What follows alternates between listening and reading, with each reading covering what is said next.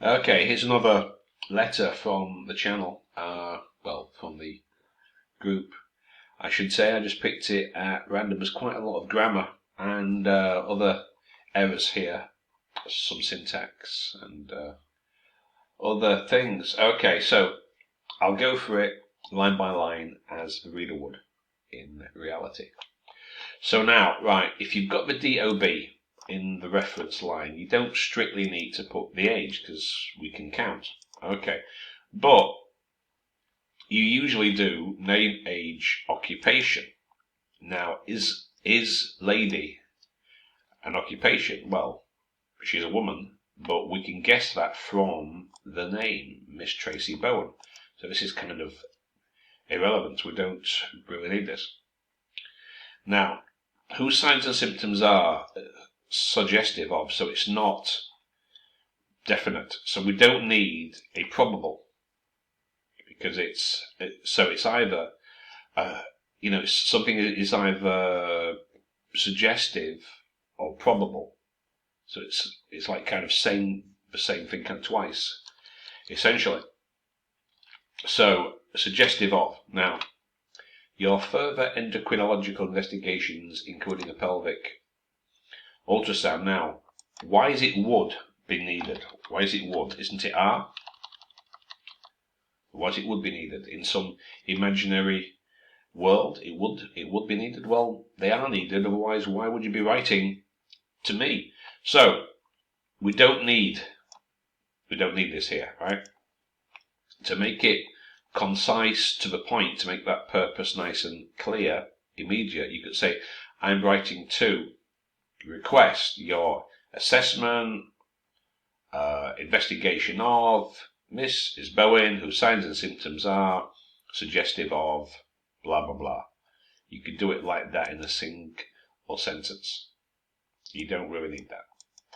Now, Ms Bowen's medical history, she has had asthma since childhood, for which she has been commenced. Well, I would probably make it the simple past passive because we know when, since, in childhood.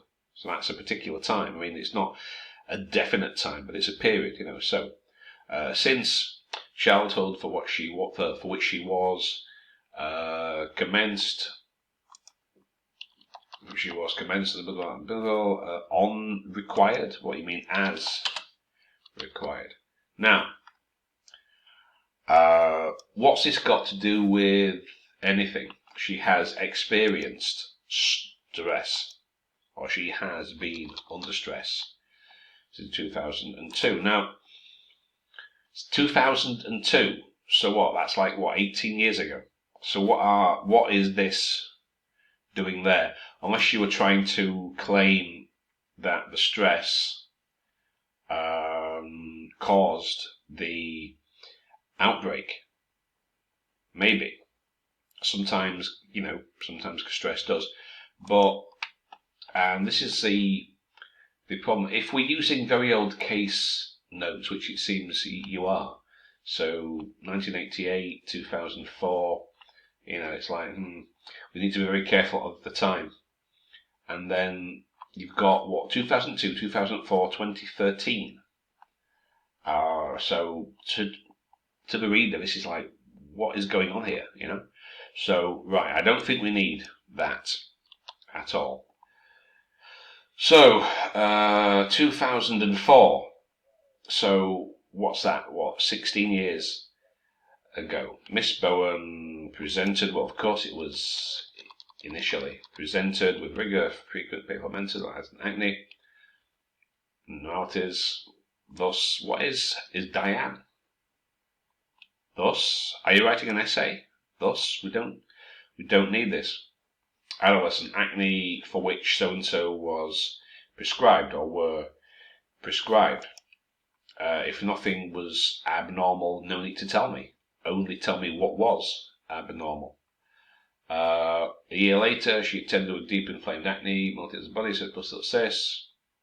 Therefore, again, it's not it's not an essay for which antibiotics were prescribed commenced. After that, when? She came back with no improvement. No improvement of what? Of the acne? Together with scars formation. So what? Scars formation. So she came back when?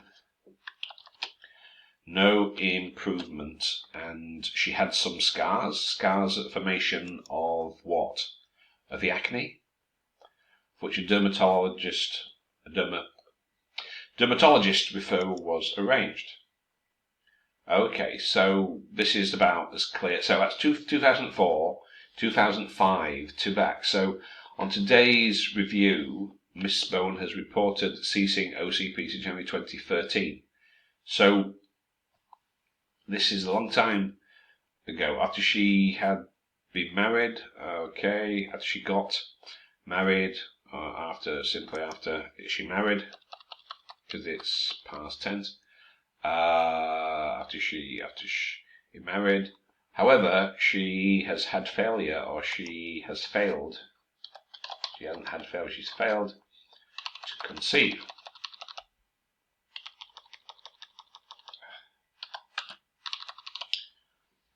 As well as, so, however, she has failed to conceive, as well as what? So she had failure to amenorrhea, what? So, right, she reported CCOs. So,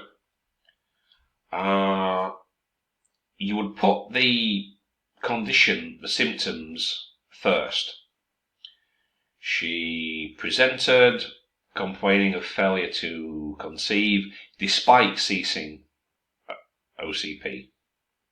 Also, she had signs of this. Right?